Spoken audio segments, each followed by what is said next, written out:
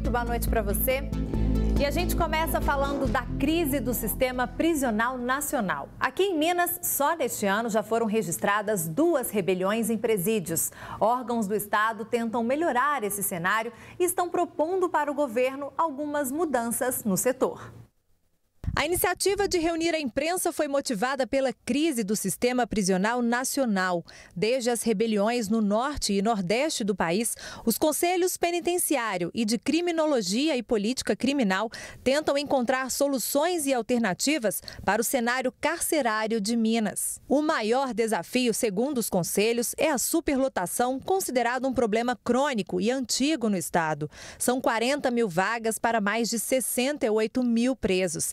A solução ideal seria a construção de novas unidades prisionais, mas como não há previsão, a sugestão é diminuir o número de presos provisórios, que ao invés de ficarem encarcerados aguardando condenação, responderiam pelos crimes em liberdade usando tornozeleiras eletrônicas. Mais de 40% são de presos provisórios. Se a gente conseguir reduzir isso para um patamar razoável, ou seja, do número de pessoas encarceradas, o número de presos provisórios for assim entre 10% e 20%, a gente vai reduzir bem o número de pessoas encarceradas e consegue melhorar bastante a situação carcerária do estado. Hoje, cerca de 2 mil pessoas usam a tornozeleira. A ideia é que outros 15 mil equipamentos sejam colocados em presos provisórios. A medida é polêmica, porque coloca em dúvida a segurança da população. A gente possa tentar, ao máximo possível, quando a pena permitir, quando a situação do condenado permitir, substituir essa pena privativa de liberdade por penas de restrição de direitos. Por exemplo, prestação de serviço à comunidade. E aumentar a fiscalização dessa prestação de serviço à comunidade, ou seja, aumentar a fiscalização estatal sobre o cumprimento dessas penas restritivas de direitos. Outro problema que, de acordo com os conselhos, precisa de atenção é a falta de agentes penitenciários. Hoje são 18 mil e esse número deveria aumentar para pelo menos 24 mil. O que falta também é a qualificação desses agentes para lidar com quem está preso. A escola pela qual eles passam não dá um treinamento adequado, não dá uma formação adequada. O que se vê na praxe é que os mais antigos vão treinando os mais novos, os diretores vão assumindo essa função que a escola não fez e tudo vai depender muito da própria condição pessoal, da vontade daquele agente para ele desempenhar bem as suas funções, quando em verdade ele deveria ser condicionado a isto. Câmeras de segurança registraram toda a ação de bandidos que assaltaram um supermercado. Eles estavam armados e ainda agrediram funcionários do estabelecimento. As imagens gravadas pelo circuito de segurança mostram o momento da chegada dos assaltantes. Eles descem de um veículo e entram correndo no supermercado. Uma funcionária tenta sair do local e é agredida. Já dentro do estabelecimento, eles rendem os caixas. Um deles acaba sendo agredido antes do bandido pegar o dinheiro. A ação dura poucos segundos e os criminosos fogem levando uma quantia não revelada. 2 suspeitos já foram presos e outros 3 ainda são procurados pela polícia. Um muro de arrimo caiu na madrugada de hoje e atingiu pelo menos 6 casas no bairro Vale do Jatobá, na região do Barreiro, aqui em BH. Direto da nossa redação, Igor Calian tem as informações. Boa noite para você, Igor. Alguém ficou ferido aí nesse acidente? Olá, Gisele. Uma boa noite para você, pessoal que acompanha o Band Minas. Olha, felizmente, ninguém ficou ferido, mas pelo menos 14 famílias estão desabrigadas por causa desse muro que cedeu. A gente já está acompanhando, o pessoal de casa já está vendo algumas imagens desse muro, inclusive aí já são algumas residências que foram afetadas por causa da queda. Aí está, para a gente ter uma noção, o que acontece? Esse muro de arrimo, ele tem exatamente a função de evitar algum deslizamento de terra em terrenos que são declinados. Aí, neste caso, nós tínhamos uma empresa logo ali em cima, que dá para a gente ver um pedaço do barracão, e embaixo são algumas casas. Esse muro, então, evitava qualquer tipo de deslizamento de terra. Agora, a Defesa Civil visitou o local logo após esse acidente e constatou, olha só, que estavam sendo feitas algumas escavações e também estava tendo uma movimentação de terra no local. E isso provavelmente ajudou a esse muro ceder. Vale lembrar que essas casas, essas residências que estavam embaixo, fazem parte de uma ocupação irregular. 14 famílias, como a gente já disse, ficaram desabrigadas e outras 8 casas dessa ocupação correm risco de desabar. Por isso, a Defesa Civil aqui de Belo Horizonte isolou o local com risco de um novo desabamento, que o restante desse muro, Gisele, pode vir abaixo. Então, mais 8 casas, 8 famílias que estavam aí nessas casas precisaram sair, Gisele. Tá certo, Igor. Obrigada pelas informações. A Polícia Militar encontrou uma oficina de desmanche clandestina. 2 pessoas foram presas em flagrante. Um carro roubado estava prestes a ser desmontado no local. Após denúncia anônima via 190, a polícia chegou até a casa dos primos Ricardo Alexandre Dias França, de 22 anos, e Aleph Marcolino Alves, de 23. A casa fica no bairro Santa Maria. O local é conhecido desmanche de carros na região. Já várias vezes viaturas vão nesse local para poder conter esse desmanche. Na residência, a polícia encontrou este carro modelo Fox cinza, produto de roubo ontem, que já estava pronto para desmanche. Um deles tem passagem de uso de drogas. O outro cidadão não tem passagem. Com suspeitos, a PM encontrou drogas, um macaco e um equipamento completo de som automotivo. A programação oficial do Carnaval de Belo Horizonte já começa neste sábado. A folia na cidade segue até o dia 1º de março, com a expectativa de atrair quase 2,5 milhões de pessoas. E a promessa de ser um sucesso fez com que a prefeitura criasse mais investimentos para a festa. Entre as novidades está a montagem de postos médicos em algumas regiões da cidade, além do lançamento de um aplicativo com informações sobre os blocos e o reforço no transporte público. Quase 2,5 milhões de pessoas nas ruas da cidade. Essa é a expectativa da Belotour para os dias de carnaval em Belo Horizonte. Nós somos uma cidade extremamente acolhedora e eu acho que isso é importante, a gente levar isso para a rua e cada cidadão ter a consciência de que nós somos juntos responsáveis pelo aquilo que vamos entregar. Então, eu acho que fica isso, essa consciência e acolhimento total para o turista e para o folião que vamos receber aqui na cidade. A festa começa oficialmente no próximo sábado, dia 11 de fevereiro, em uma operação conjunta entre a BH Trans, SLU, Secretaria de Saúde e outros órgãos municipais. A Prefeitura investiu cerca de 5 milhões entre recursos próprios e patrocínio. A Belotour desenvolveu uma ferramenta de georreferenciamento para ajudar as autoridades no monitoramento da folia. Todo o aparato que a gente está desenvolvendo, o aplicativo também vai corroborar com isso, através do nosso georreferenciamento. Tudo que a gente tem investido é ter o carnaval online e poder dar mais segurança e atendimento a todos os foliões e turistas que nós vamos receber nessa cidade. 350 blocos estão cadastrados para desfilar pelas ruas da capital e o número de desfiles pode passar de 400. Serão instalados banheiros químicos pela cidade e a BH Trans montou um esquema para os dias de folia. Ônibus especiais devem transportar gratuitamente os foliões e o metrô vai funcionar até às 2 horas da manhã. O esquema ainda inclui trânsito livre na Avenida do Contorno e a preservação da área hospitalar. Nós estamos trabalhando em 3 eixos, basicamente, que é a questão de você fixar os itinerários na área central para melhorar a comunicação e o conforto dos usuários. Aí, todos os dias de carnaval, a rede vai funcionar com o mesmo itinerário.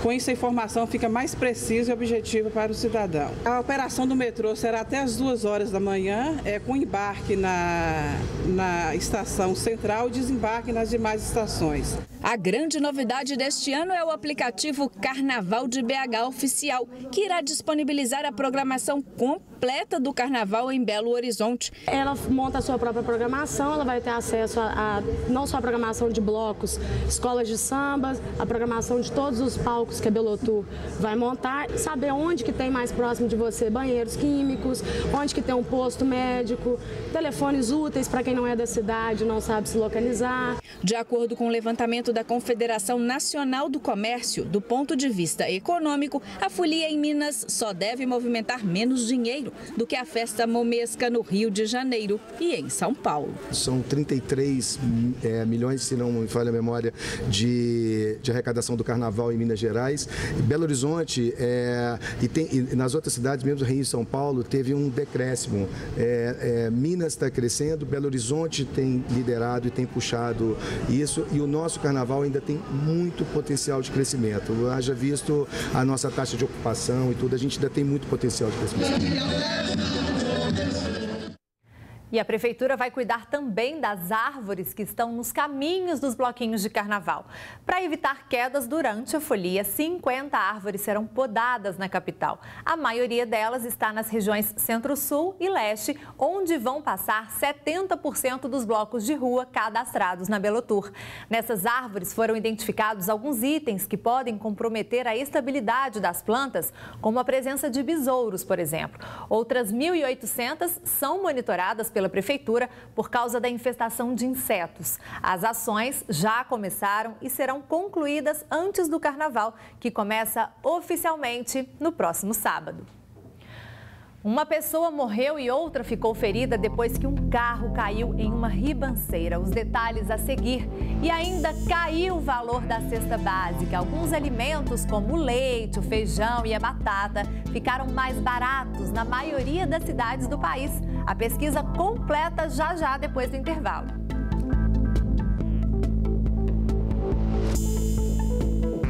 Uma pessoa morreu em um grave acidente hoje de manhã na BR-381, na altura de Caeté, na região metropolitana de Belo Horizonte. A gente volta a conversar com o Igor, que tem os detalhes.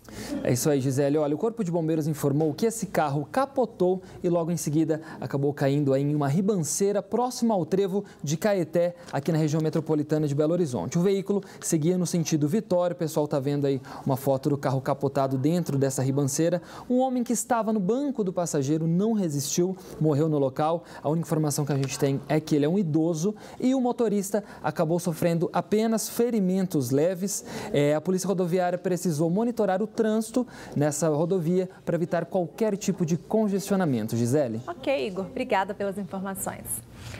O preço da cesta básica caiu em 20 das 27 capitais do país. Alguns alimentos indispensáveis na mesa dos brasileiros, como o leite, o feijão e até a batata, ficaram mais baratos na maioria das cidades.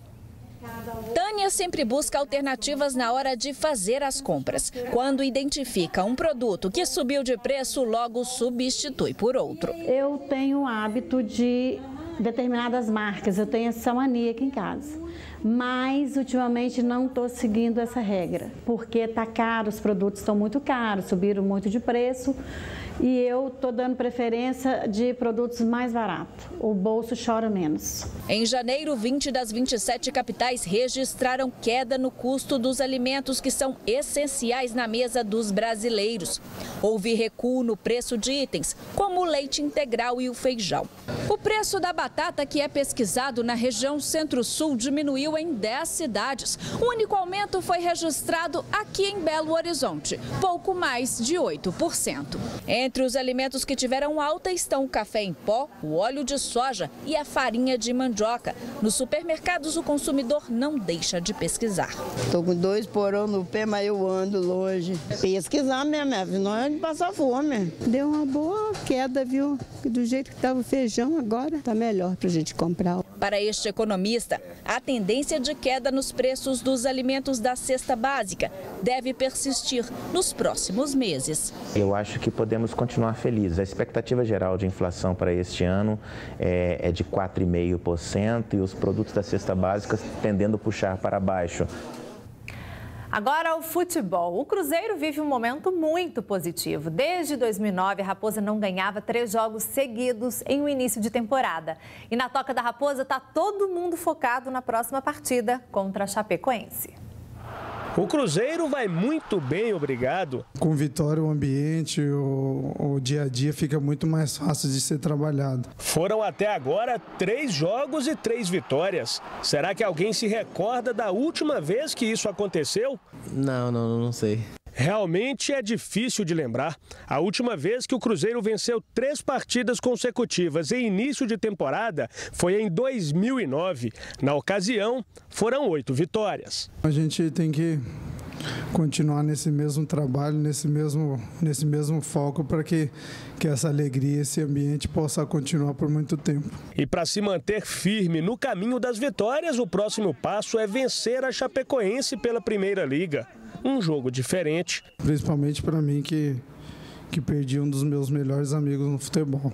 Então é um jogo especial, né? Falei com a mãe do Gil há pouco tempo atrás, né, para perguntar como é que estava lá, para dar um pouco de conforto, né? Uma coisa que a mãe dele me falou, que agora eu sou o filho dela, que ela vai acompanhar no futebol. Então eu sei que ela vai estar acompanhando esse jogo, um jogo difícil, né? Mas a vida que segue, né? A gente tem que seguir a nossa vida. Então é um jogo especial que eu vou guardar, mesmo se estando em campo ou não, jogando ou não. Vai ser um jogo muito bonito. O time da Chapecoense reformulou, né? O time todo. Respeitamos muito a Chapecoense e tenho certeza que vai ser uma grande festa. E tem jogador feliz lá no Atlético. Danilo Barcelos começou muito bem como titular e tenta mostrar que pode ser um diferencial no Galo para o técnico Roger Machado. Pelo primeiro jogo, já deu para ficar empolgado. Uma estreia para ninguém botar defeito. Talvez nem o Danilo Barcelos imaginava ser tão feliz na primeira partida como titular com a camisa do Atlético. Alegria imensa estar começando essa caminhada dessa maneira. Eu tenho certeza que o ano de 2017 só tem bênçãos para todos os atleticanos. O momento é realmente especial para o Danilo Barcelos, que marcou 2 gols logo na estreia. Um feito incomum, principalmente para quem não atua no ataque. Para um lateral volante, né? É uma coisa bem diferente, confesso. E estrear assim, podendo fazer 2 gols e podendo cumprir a função principal, que era de fechar bem o meio. Eu fico muito feliz, né? No ano passado, pelo América, Danilo Barcelos marcou 10 gols, 3 deles nas finais do Campeonato Mineiro, contra o próprio Atlético. Agora, do lado de cá, Danilo tenta mostrar que pode ser uma peça útil para o técnico Roger Machado. Pelo primeiro jogo, deu para empolgar. O professor tem consciência, todos que estão aqui podem ajudar ele bastante, né? Sem exceção nenhuma. Foi uma conversa que a gente já teve há muito tempo, ele me acompanhava nos outros clubes, né? Claro que ajuda, né? Tive a oportunidade de falar que essa versatilidade do futebol brasileiro cada vez vem aparecendo mais, né? Eu me sinto confiante jogando em qualquer uma das posições. É claro que sou lateral de origem, né? Mas quem o professor escolher jogo por jogo vai poder aproveitar bem a chance. Foi enterrado o corpo do jovem de 21 anos encontrado morto no bairro São Gabriel. E ainda, um boi, gente, caiu dentro de uma piscina e precisou ser resgatado pelos bombeiros. A gente conta os detalhes já, depois do intervalo. Hoje, o corpo do estudante de 21 anos encontrado morto no bairro São Gabriel. A suspeita é que o jovem tenha sido vítima de uma tentativa de assalto. Gabriel Araújo foi encontrado morto em uma rua do bairro por militares e, em seguida, foi levado para o hospital Risoleta Neves, onde foi constatada a morte. Gabriel era estudante de veterinária da UFMG. A motivação e a autoria do crime ainda são investigadas pela Polícia Civil. A Faculdade de Veterinária da Universidade Federal de Uberlândia, no Triângulo Mineiro, começou a criar um banco genético de animais silvestres. A tecnologia pode evitar a extinção desses bichos por meio da reprodução deles em laboratório. Jacaré, lobo, guará, jaguatirica, tamanduá, raposa. Animais que hoje vivem em cativeiro no hospital veterinário e são tratados antes de voltarem para a natureza. Muitos chegam aqui atropelados, muito machucados ou até mesmo mortos. São usados para estudos, mas agora serão aproveitados de outra forma. A Universidade Federal de Uberlândia começou a criar um banco genético a partir de materiais colhidos destes bichos. Tivemos a feliz ideia de avaliar o aparelho reprodutor e conseguir resgatar alguns espermatozoides vivos nesse sêmen desses animais já mortos. O principal objetivo é evitar que algumas espécies sejam extintas. A gente faz a abertura da bolsa, do escroto, né, ou da bolsa, retiramos os testículos e os epidídimos, levamos ao laboratório, tá? E aí numa placa a gente vai fazer um fatiamento e uma lavagem desses testículos e epidídimos para retirar todo esse material genético que são os espermatozoides que estão no interior, principalmente do epidídimo. A partir daí a gente processa, avaliando a qualidade desse sêmen e aí, a partir desse momento, nós vamos trabalhar agora o congelamento desse material. Todo o processo de retirada do sêmen do animal dura cerca de 1 hora e precisa ser feito o mais rápido possível para garantir a qualidade do material colhido. Essa técnica já está muito bem descrita em animais domésticos e nos silvestres a gente já viu, por exemplo, em onças, que dura em torno de 48 horas, no veado catingueiro em torno de 72 horas. A criação de um banco genético não é pioneira no Brasil, mas a forma que será feita na UFO, sim.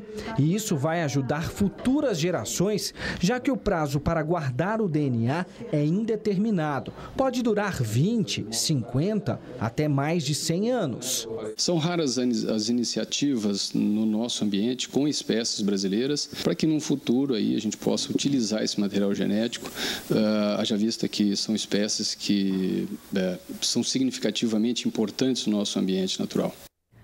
Uma pesquisa mostrou que 55% das famílias têm dificuldade para estabelecer uma dieta saudável para os filhos. Inserir novos alimentos na alimentação das crianças tem sido muito difícil. Os cardápios da Bruna e da Carolina costumam ter uma influência negativa do pai com comidas gordurosas. Arroz, feijão, macarrão e carne.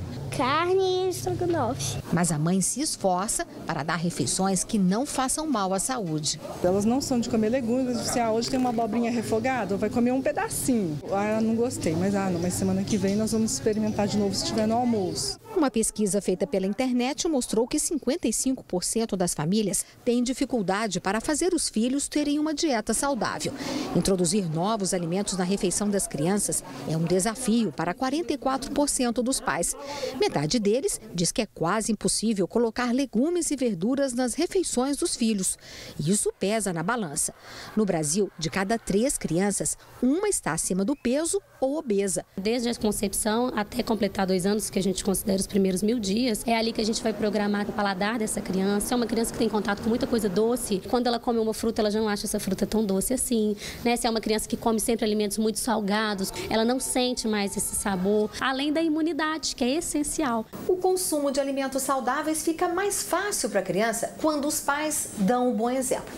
Aqui nessa geladeira, ela vai encontrar tipos de frutas variados e aqui embaixo, verduras e legumes. Os alimentos favoritos de Elisa são os mesmos da mãe. Eu gosto de tomate, melancia e de um franguinho grelhado. Meus pais não bebem refrigerante, não comem muita gordura. Daniela começou a estimular a filha ainda no primeiro ano de vida.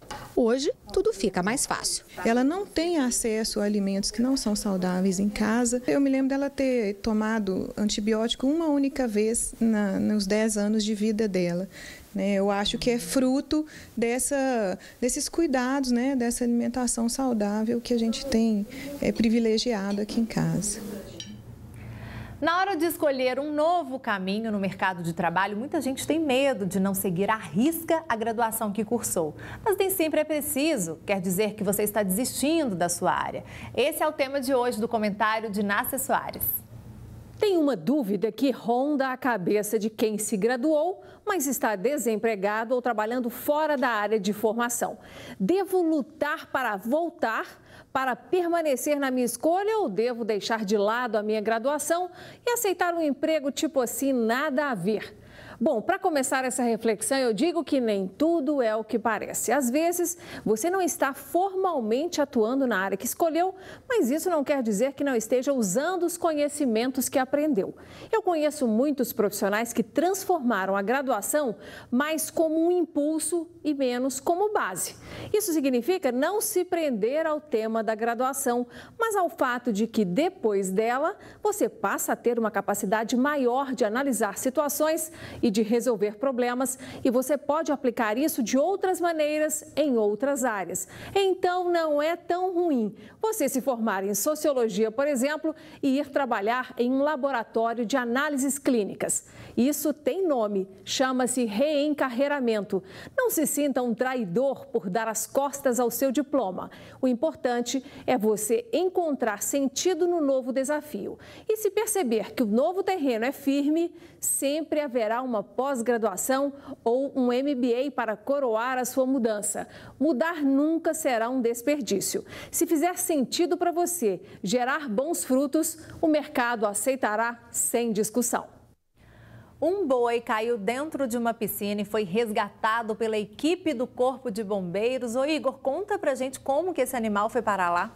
Pois é, Gisele, isso aconteceu em um sítio próximo à cidade de Juiz de Fora. A gente vai até acompanhar algumas imagens aí desse boi. Olha só, o boi, como a gente pode ver, ele é da raça Nelore e, gente, aproximadamente ele pesa 600 quilos, mesmo 600 quilos. O proprietário do animal, né, o dono aí do animal, conversou com os bombeiros que fizeram o resgate, mas ele não soube explicar como que o animal foi parar lá dentro, né? O que motivou ele a cair dentro dessa piscina. O Corpo de Bombeiros, então, informou que o animal estava muito estressado, estava muito nervoso, assustado no momento do resgate. Inclusive, o boi precisou ser puxado pelos bombeiros, ele não tinha condições de sair por conta própria. Até porque, realmente, né, um boi Nelore dentro de uma piscina não é algo comum, né? Não é dele isso, então acabou gerando um estresse muito grande. Então, os bombeiros precisaram fazer aí todo um trabalho e tirar um animal de 600 quilos dentro de uma piscina realmente não é um trabalho muito fácil, mas olha só, Gisele, como a gente tem que parabenizar o trabalho dos bombeiros. O animal foi resgatado sem ferimento nenhum, Gisele. Que bom, deu trabalho, mas teve um final feliz, né, Igor? Obrigada, viu, pelas informações, boa noite para você. Para você de casa, uma ótima noite também. A gente volta a se encontrar amanhã. Ótima noite, tchau, tchau.